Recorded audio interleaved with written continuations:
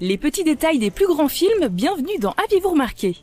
Hardy moussaillon, sabre clair et chargez les canons, on s'attaque au film qui a rendu les pirates fréquentables et qui a propulsé Johnny Depp et son personnage loufoque de Jack Sparrow au rang d'icône pop.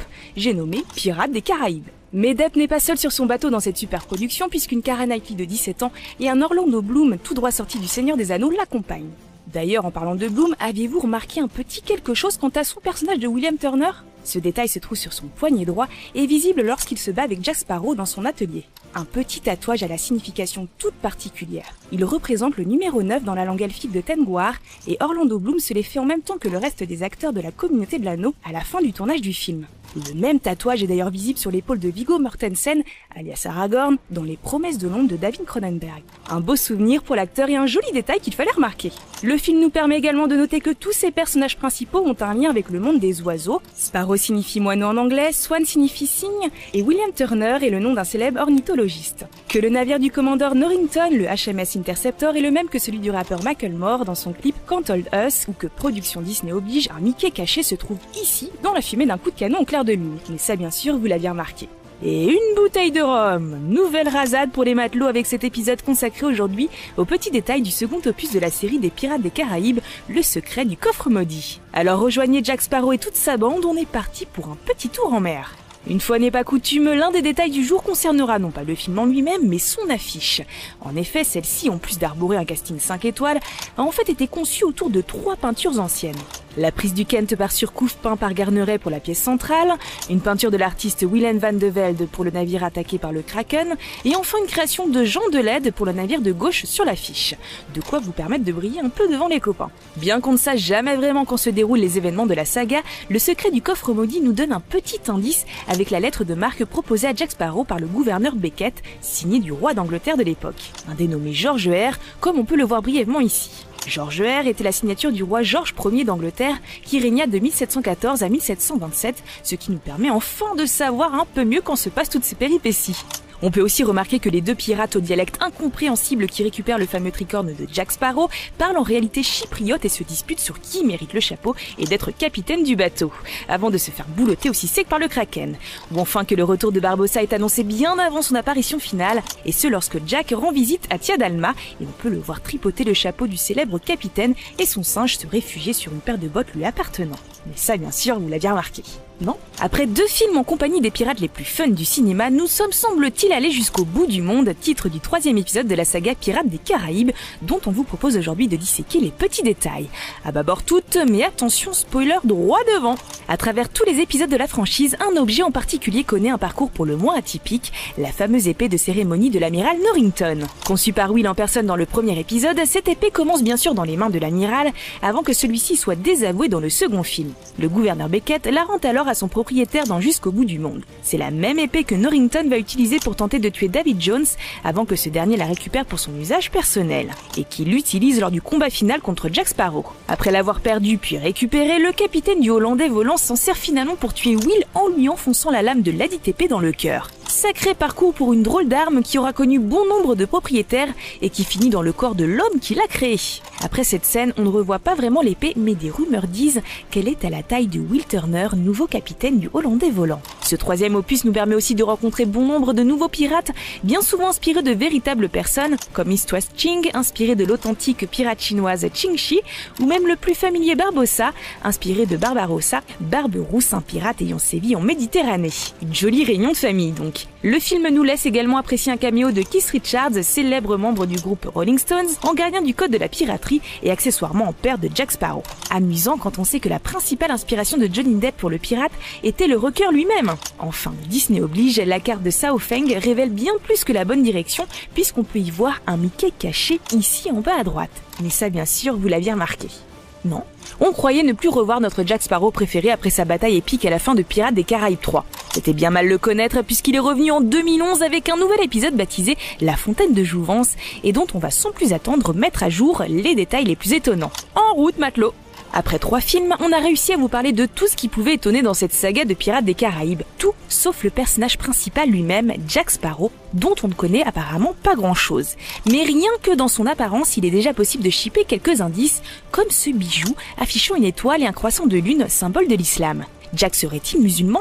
Pourquoi pas en juger le turban qu'il porte dans les cheveux et le col qu'il se met sous les yeux, très populaire en Afrique du Nord. Il y a aussi son nom, inspiré d'un oiseau, Sparrow, signifiant moineau en anglais, qui le connecterait à un pirate du XVIe siècle, Jack Ward, surnommé Birdie, terreur de la Méditerranée, plus tard converti à l'islam sous le nom de Youssouf Reis. Une théorie hautement probable vu que les personnages du film comme Barbossa ou Barbe Noire font régulièrement référence à des pirates ayant réellement existé. Une théorie sur laquelle on vous laisse cogiter. Le film, qui a mis longtemps à voir le jour, nous parle donc de sirènes et de fontaines de jouvence. Un synopsis qui aurait pu être prédit 4 ans plus tôt alors que le film n'était pas encore écrit, avec la fin du 3e épisode où l'on peut voir Jack déballer la carte de Southend pour révéler la route vers l'Aquavida et la piste laissée par Ponce de Léon. Autre détail amusant, lors de l'arrivée de Jack Sparrow dans le Santiago, le vaisseau du dit Ponce de Léon, on peut voir le squelette de l'explorateur allongé sur un lit. Cette image est une référence directe à l'attraction Pirates des Caraïbes à l'origine de la saga et qui présente une scénette identique. Enfin, d'après les scénaristes de ce 4e épisode, celui-ci se déroulerait plusieurs années après le 3e sous le règne de George II d'Angleterre entre 1727 et 1760. Une déclaration qu'un détail du film semble contredire puisque le navire anglais de Barbossa arbore le drapeau moderne de l'Union Jack qui n'est arrivé qu'en 1801. Mais ça, bien sûr, vous l'aviez remarqué, non ? Les pirates, c'est comme les cow-boys ou les dinosaures, tout grand enfant qui se respecte en a été fan pendant un moment. Alors après 6 ans d'absence, il est temps de refaire le plein de cartes au trésor et de rhum avec le 5e Pirate des Caraïbes, la vengeance de Salazar, dont on a relevé pour vous quelques secrets et détails. Attention, spoiler droit de. Et la Pirate Mania nous prend dès le logo Disney du début puisque le château arbore un drapeau pirate pour l'occasion et qu'on peut y voir le navire de Jack Sparrow, le Black Pearl, en arrière-plan. Le titre original du film, Dead Men Tell No Tales, est une phrase entendue dans l'attraction originale Pirates des Caraïbes à Disneyland. On pouvait aussi entendre cette phrase dans la bouche d'un perroquet dans le premier film et lors d'une transition dans le 3e. En parlant du 3e film, c'est dans celui-ci qu'Orlando Bloom, alias William Turner, se voyait jeter une malédiction le condamnant à ne pouvoir mettre pied à terre que tous les 10 ans. Or, ce sont exactement 10 ans qui se sont écoulés entre ce film et le 5e, dans lequel Will revient enfin sur la terre ferme, même si bien plus d'années se sont écoulées dans l'histoire. Le film est donc centré sur la quête du jeune Henry Turner pour délivrer son père de sa malédiction. Pourtant, l'acteur Brendan Thwaites, qui incarne le fils d'Orlando Bloom, n'a que 12 ans de moins que l'acteur et seulement 4 ans de moins que Keira Knightley, qui joue sa maman. C'est aussi l'occasion pour Orlando Bloom, alias Legolas, de partager de nouveau l'affiche avec David Wenham, qui jouait Faramir dans Le Seigneur des Anneaux, et Adam Brown, qui jouait le nain Ori dans la trilogie Le Hobbit. Comme toujours dans la saga Pirates des Caraïbes, on espère que vous êtes restés après le générique de fin, puisqu'on y découvre une scène dans laquelle on reconnaît clairement la silhouette de Davy Jones, l'antagoniste des 2e et 3e films, que l'on suppose libéré par la destruction du Trident, tout comme Will. Et tant qu'on parle d'antagoniste, c'est ici au tour de Javier Bardem de jouer les méchants, en interprétant l'effrayant Salazar. Le rôle revenait à l'origine à Christophe Valls, qui a quitté le projet au dernier moment. Plutôt amusant quand on sait que les 2 acteurs ont joué 2 méchants de James Bond successifs et que la femme de Javier Bardem, Penelope Cruz, jouait dans le précédent Pirates des Caraïbes.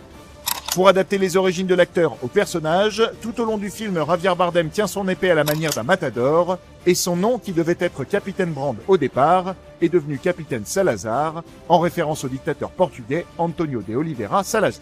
Le tournage du film a eu lieu en Australie, l'occasion pour Johnny Depp de se faire remarquer une fois de plus, cette fois en omettant de déclarer ses petits chiens à la douane. Lui et sa compagne Amber Heard ont dû tourner une vidéo d'excuses, un moment d'anthologie aussi drôle que gênant. Un comportement dans la vie qui rappelle la nonchalance de Jack Sparrow, lui-même inspiré du guitariste des Stones, Keith Richards, qui jouait son père dans un délicieux caméo du 3e volet. La barre était donc haute pour interpréter la famille du pirate, et ce n'est pas moins que Sir Paul McCartney qui fait ici une apparition dans le rôle de l'oncle de Jack. L'occasion pour lui de chanter quelques notes de Maggie May, une chanson de marin présente sur l'album Let It Be des Beatles. Dans le film, Paul McCartney lui raconte une blague, un squelette entre dans un bar et commande une bière et une serviette. C'est en fait une blague que racontait Al Pacino à Johnny Depp sur le tournage de Donnie Brasco et que le jeune acteur a mis très longtemps à comprendre. Jack Sparrow fait lui aussi mine de ne pas apprécier cet humour en référence à cette anecdote, plutôt amusante. Et dans la séquence de flashback qui explique la rancœur de Salazar et l'origine de Jack Sparrow, on peut voir derrière lui son père, à qui ils ont donné le visage de Keith Richards jeune, là aussi, clin d'œil plutôt amusant. Le bateau sur lequel il navigue se nomme d'ailleurs Wicked Wench, et à en croire la ressemblance et les livres Pirates des Caraïbes, il s'agit en fait du Black Pearl avant qu'il n'ait été renommé. Parmi les acteurs de la saga qui sont de retour, on a aussi reconnu les 2 pirates qui interrompent le capitaine Barbossa. Ils étaient les 2 gardes sur le dock lors de la première apparition de Jack Sparrow, 2 compères qui ont visiblement déserté pour s'adonner à la piraterie. On a aussi repéré l'acteur Juan Carlos Velido qui joue ici le lieutenant de Salazar, alors qu'il joue un personnage totalement différent dans l'opus précédent, un capitaine espagnol. Enfin, si la scène de la guillotine vous a fait sourire, ce n'est visiblement pas le cas des deux réalisateurs, Joachim Röning et Espen Sandberg, puisque ce sont leurs deux têtes coupées que l'on peut voir dans le panier. Mais ça, bien sûr, vous l'aviez remarqué. Non ?